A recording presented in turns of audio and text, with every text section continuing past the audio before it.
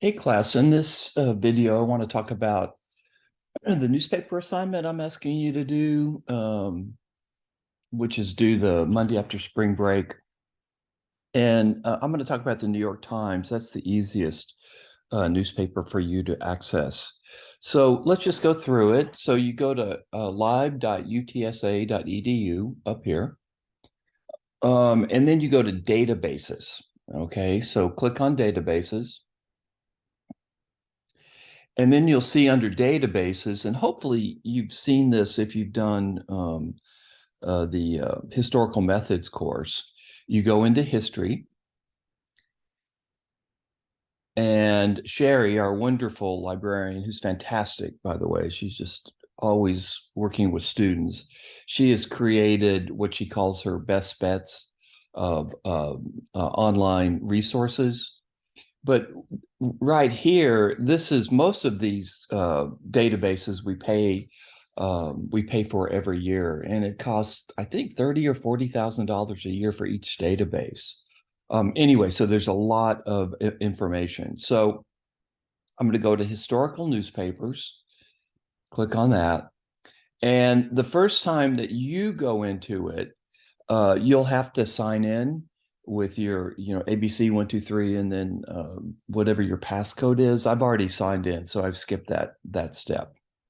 So I'm going to put in New York Times. So it says New York Times, New York, New York here. And then you'll see under the title, you'll see publication date. And what I suggested in class was that you just put in your birthday and choose a year during the Civil War between 1861 and 1865. I'm not really bound by that.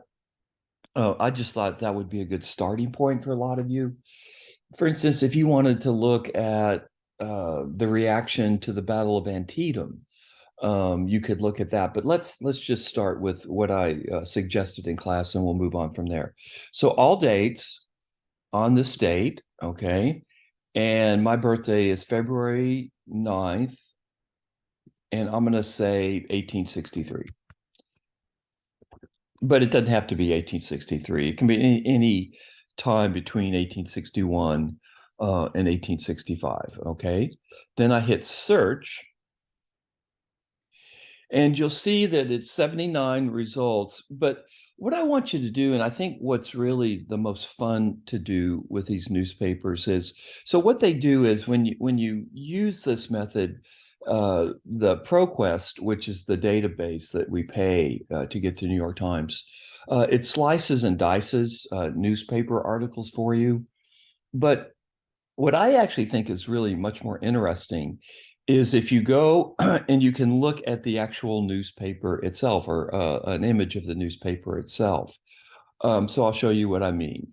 So this is what comes up when I put in my birthday. And then now what I go over here, I go to the left, I click on New York Times, and I click on page view, which is the second link down.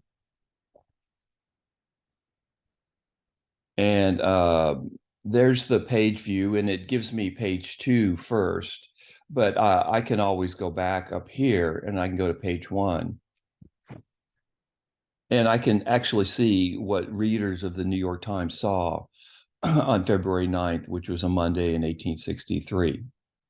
And like I say, I just think that is just so much more interesting to do. You don't have to. Of course, how would I know?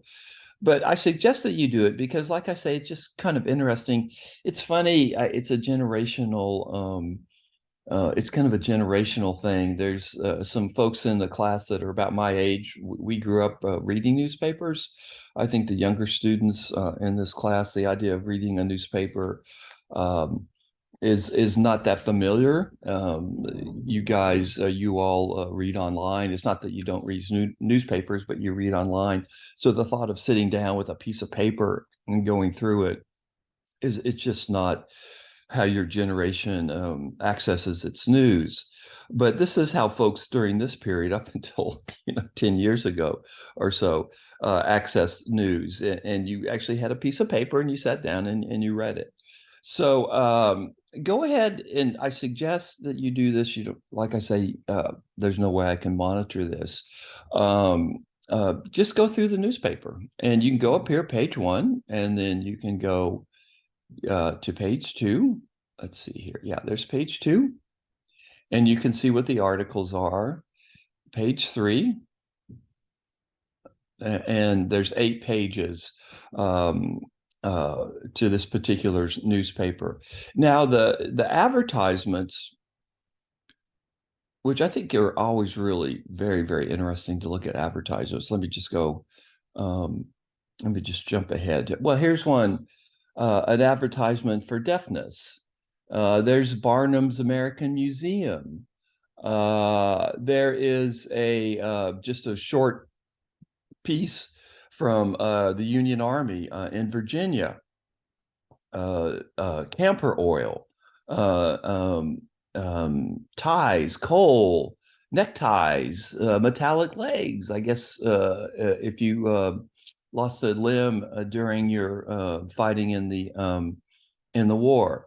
On the right, there's Sterling's ambrosia for the hair.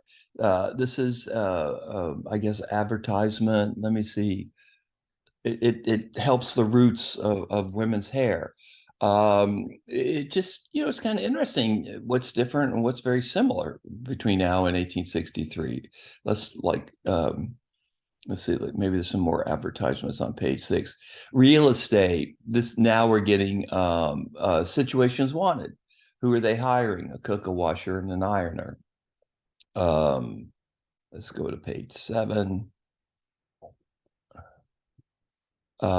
Amusement lectures. There's a free lecture somewhere in New York. And let's see what's on the last page here. Oh, on the last page, there's actually still some news.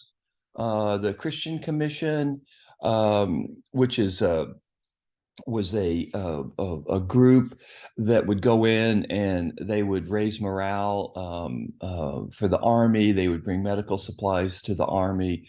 Very, very significant. Here's a story about the war in Tennessee. So even on the last page, you can get news. Here's an interesting advertisement on the right. Is there any virtue in Mrs. S.A. Allen's World Hair Restorer? And I can't even say what that word is.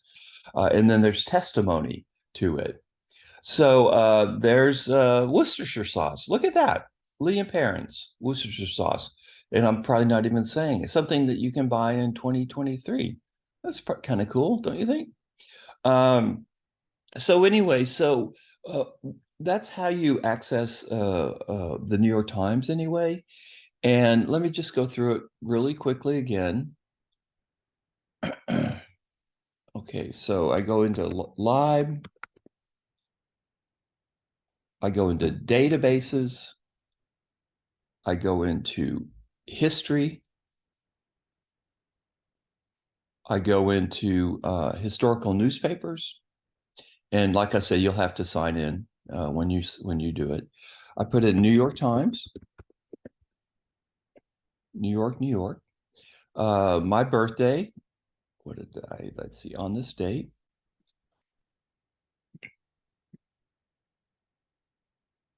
Ninth, 1863.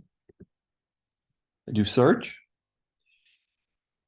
And like I say here, the newspaper, the ProQuest slices and dices the articles, so you can actually look at them, the individual articles if you want. I can show you what it looks like.